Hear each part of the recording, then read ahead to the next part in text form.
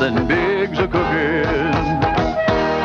Something big's a cooking. Well, who ever thought that a restaurant named Burger Queen could have so much? Something big's a cook had so much a cooking.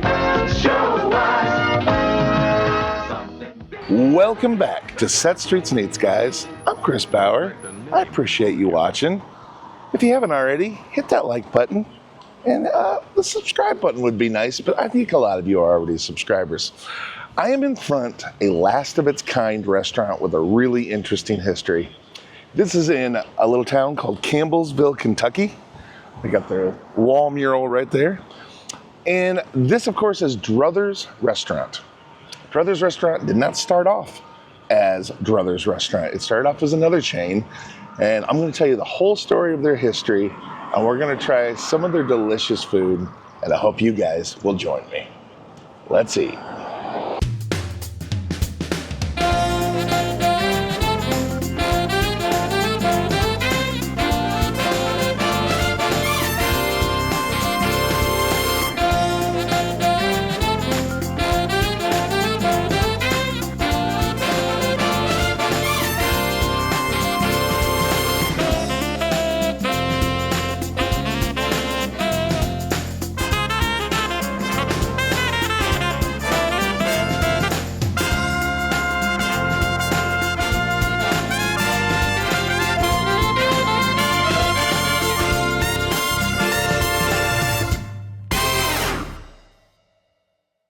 Things are cooking at Burger Queen, from food to fun and in between. So if you really want to see, just follow me. I'm Queenie P.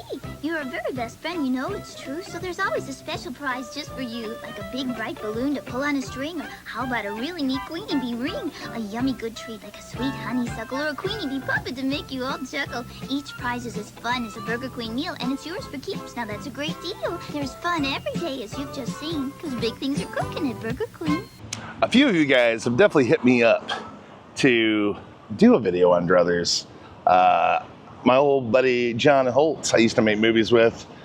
I saw him for the first time in a long time, in a few years, and his first question was like, when are you gonna do Druthers? I used to love those Andy Dandy tail meals. So the story of Druthers starts way back in 1956, when a little place called Burger Queen opened in Winter Haven, Florida. It was started by Harold and Helen Kite. They were just a married couple that wanted to run a little burger chain. 1956 was the height of or right in the middle of the burger craze, or the fast food craze in America. And they wanted to take advantage of that. And they had a big 18-foot sign, big neon sign with 19-cent hamburgers and 78 cents roasted chicken, thick milkshakes, the whole thing. Beautiful little establishment. Within 5 years, Harold had grown Burger Queen into 16 different locations there in Florida alone. So in 1961, that same year, there was 16 flourishing Burger Queens, and two men, George Clark and Michael Gannon, came down from Kentucky. They had visited Burger Queen. They liked what they saw, and they wanted to franchise Burger Queen. And they offered Harold $5,000 for the franchise rights, which he accepted. So in 1963, they opened their first location in Kentucky. It was an instant success. And over the next 10 years, they would open at least 50 locations in Kentucky, Indiana, and Tennessee. Just 9 years later, Michael Gannon would end up leaving the company, leaving George Clark in charge of the Burger Queen franchise empire. It was convenient timing, because that same year in 1970, they got the first of the lawsuits. In 1970, Dairy Queen decided to sue Burger Queen for copyright infringement. That company had been growing. Obviously, Dairy Queen had been around since 1940. They had a lot of copyrights, and they accused Burger Queen of violating 14 different ones. It was a pretty effective lawsuit. It ended up being leading to the fact that Burger Queens couldn't even serve ice cream products afterwards. But the Florida edition of Burger Queen was also having legal problems. In 1966, Burger King, that of course started in Jacksonville in 1954, they didn't like the expansion Harold had been doing throughout Florida, so they ended up buying Burger Queen's copyright. which just for Florida, I'm not exactly sure how they pulled that off. They were a pretty good sized company by then. Maybe that had a lot to do with it. But they bought the Burger Queen copyright, which ended Harold's ability to open any new stores. So those started to wither on the vine in Florida, but the lawsuit between Dairy Queen and Burger Queen heated up throughout the 70s, and it wasn't great. It definitely hurt the company a little bit, but they still kept expanding. Also, as part of the claim, Dairy Queen asked for monetary damages and to have all the advertising for Burger Queen destroyed, which is kind of an interesting point for something that will happen later in the story. But they were successful in their lawsuit. Burger King was successful in keeping Harold from buying any more or opening any more Burger Queen restaurants. By 1976, though, Harold was able to buy that copyright back from Burger King. But by then the damage was done. They were a much more massive company, and Harold still struggled to grow even after he had purchased the copyright back in 1976. So throughout its history, it's only had 2 different mascots. The first, of course, was Queenie Bee. She was in all the commercials throughout the 1970s for Burger Queen. She had a very catchy theme song, Let's All Follow Queenie Bee, It's Burger Queen for Me. Let's follow Queenie Bee, it's Burger Queen for me. Frosty shakes, French fries, and chicken legs. Let's follow Queenie Bee, it's Burger Queen for me. Tell 'em, Queenie Bee. Believe me, honey, everything at Burger Queen is delicious. Grab hold of a Burger Queen Royal Burger. It's a delightful meal to behold. Catch a Burger Queen giant fish sandwich. Light into a box of Burger Queen golden brown chicken, seasoned with honey. Or Burger Queen French fries, onion rings, and shakes. Everything at Burger Queen is delicious. So buzz over soon and behave yourself. Oh no! Let's follow Queenie Bee, it's Burger Queen for me. Let's follow Queenie Bee, it's Burger Queen for me. She was a little creepy, but at the time kind of fit into the whole landscape of the McDonald land era, I guess is what we would call the 1970s. And then their second mascot was Andy Dandytail. Andy Dandytail came out when they changed the restaurant name, which we'll get into, to Druthers. Andy Dandytail was throughout the promotions in the 1980s. There's a story about a fella who walks from sea to sea. His name is Andy Dandytail, and that fella's me. I met old Davy Crockett, saw Paul Bunyan eat a tree. But when I'm really hungry, there's just one place for me. Druthers has a dandy dinner with a burger, drink, and fries. Lots of fun and games to play, even a surprise. So if you're really hungry, you know just what you want. Ask for Andy Dandytail at Druthers Restaurant. I'd rather go to Druthers Restaurant. Yes, sirree. They have an Andy Dandytail meal, which was very popular back then. Andy Dandytail, he seemed to be a transient hobo in a very colorful world like Oz, going around singing jingles. And of course, as an homage to their 1970s Queenie Bee, they put her on the sign. She's still there. That's the original Queenie Bee sign, the below sign before they changed the name of the restaurant. We're telling you now, to the beat of this song, Druthers is the place where you belong. from early morning, Till late at night. we work hard to make things right. For value, freshness, And variety. come take a look. You will see. For breakfast, lunch, or dinner, Druthers is the winner. You'll be glad you stopped to look in when you see the food we're cooking. 'Cause we're cooking the food you're looking for. At Druthers, we're cooking. Check out the collectibles cabinet. We got both Burger King and Druthers coffee mugs, a tray, keychain, more glasses up there. I love those. How cool is that? We got a little Andy Dandytail cup. Look at that. And an Andy Dandytail kids box.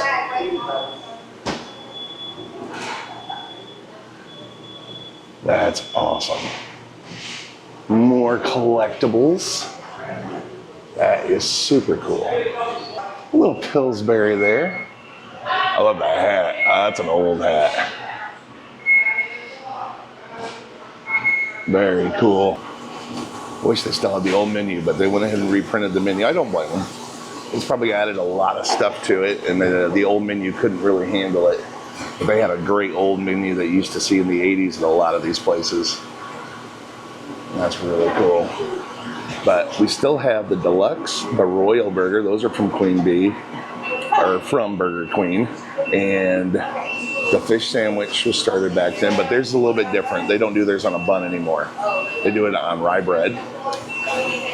And of course, the chicken dinner is definitely old school. That's always been a staple. That's pretty awesome. When I want my druthers, I can choose from all the others, but I'd rather go to Druthers Restaurant. When I'm about to die for burgers or french fries, or a salad bar that's everything I want. It's true the Druthers fish is crispy and delicious. The chicken dinner's very elegant. For food that rivals Mother's, You can just forget the others. I'd rather go to Druthers Restaurant. I'd rather go to Druthers Restaurant.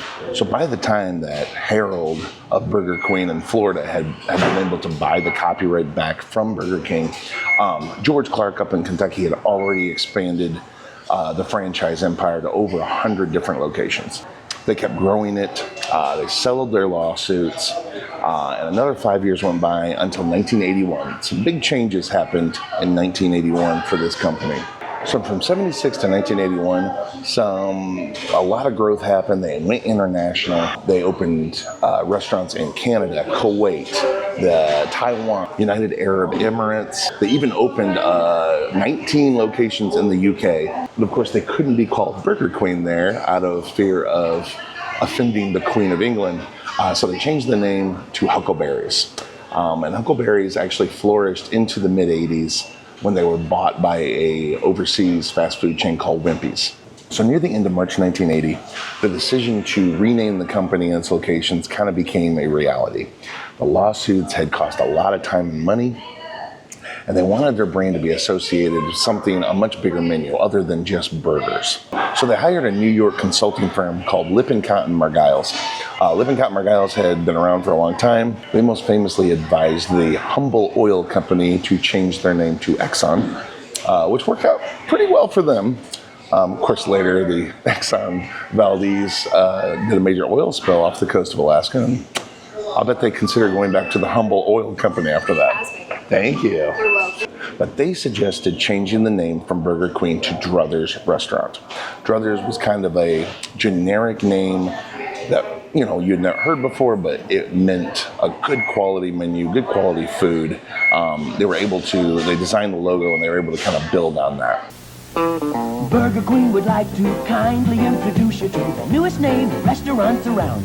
Yeah, we've changed our name to Druthers. When you come here, you'll discover that we outdo all the others hands down. They've got every kind of dish here. Chicken, even fish here. Not to mention burgers if you want. Yeah, Burger Queen's now Druthers. Forget about the others. Wouldn't you rather go to Druthers Restaurant? I'd rather go to Druthers Restaurant. And this way they could advertise that their menu wasn't just burgers, it was chicken and fish. They had a salad bar. It was more of a dignified, refined fast food chain for the 1980s. Very much like Rax. With their salad bar and their advertising, were trying to go after a wider audience. Very similar advertising styles. So in November of 1980, they started to change the name of the Burger Queen restaurants.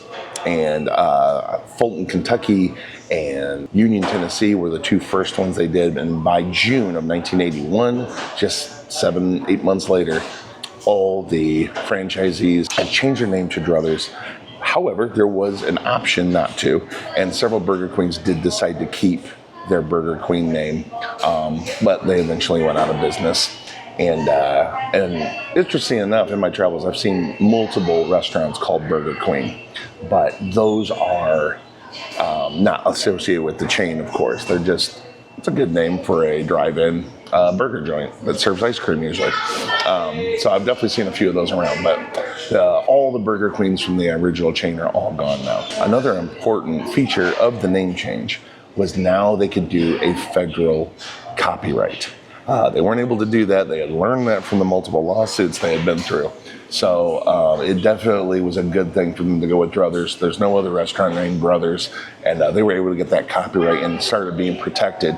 It said that it took them to the early 80s to be able to pull that off, but they did learn eventually. By that time, they had over 180 restaurants in the Druthers empire, and they kept growing. They were in 5 different states, and they were still franchising. So it was the name change was an important part of their journey. So in addition to the fries, I wanted to get a couple of the classic burgers they serve that used to be on the Burger Queen menu. We've got the Royal Burger, which is kind of their big burger. Looks absolutely delicious. Mayo, onion, lettuce, pickle, tomato, fresh ground beef, melted cheese. Look at that. And then we have the deluxe quarter, and that has the, looks like tartar sauce, maybe it's mayo, double burger, melted cheese. That looks awesome. And of course, I had to get a strawberry shake and 2 of their fried pies to try. Lemon and apple. And don't worry, I already hear the comment section. No, I'm not eating all this. I'm gonna try it. Let's calm down, y'all.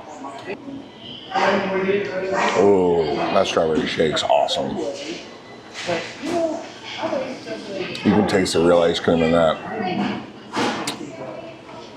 Oh, that's good. Presenting the new Druthers Deluxe Quarter. Isn't that just a hamburger? Oh no, it's the new Druthers Deluxe Quarter. A quarter pound of lean 100% ground beef, real cheese, fresh tomato, lettuce, chopped onion, pickles, and special dressing on a bakery fresh bun. But how does it work? Like this. Got any more? No, but Druthers does. Come into Druthers and let the new Druthers Deluxe Quarter work for you. You get more of what you want at Druthers Restaurant. I'm gonna try the quarter deluxe, or the deluxe quarter first. That's pretty good. Now for the Royal Burger. Oh man, that looks fantastic. Look at that. All the ingredients are fresh, they crunch. The ones that crunch, and the ones that are nice and soft are soft. That's tremendous. All right, we gotta try these pies out. I'm saving the apple pie for last. I'm gonna try the lemon first. Oh, that's hot. Wow.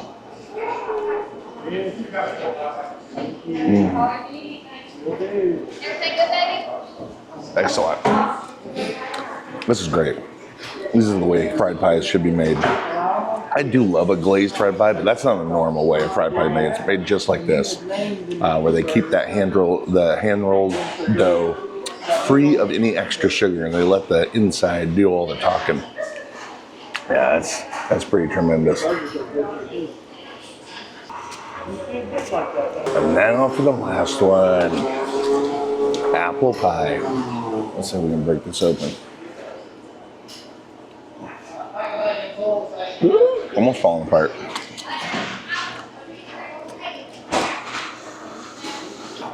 That's fantastic. Yeah, everything was delightful. Absolutely delicious. So the other important thing that happened within a year or so of the name change was in 1982, George Clark sold the entire company to Tom Hensley and Bob Gatewood, 2 investors that were looking to take over a chain, and they were able to buy the whole thing. And of course, they were able to get even the Florida locations, because at that point, Harold, most of them had already closed and the rest were closing down. And in fact, the Burger Queen Florida locations actually never changed their name to Druthers. Again, they were also owned by the original owner. He had his own lawsuit, so I don't blame him for never changing the name. He went down with the ship. But either way, by the end of 1982, they had 2 new owners. The owners went right to work, expanding growth and their advertising all the way through the 80s. They grew to over 200 locations. I think 217 locations was the highest that they got by the late 1980s. So I mean, they had a lot of growth. It was a pretty large Midwestern chain, and they were definitely competitive.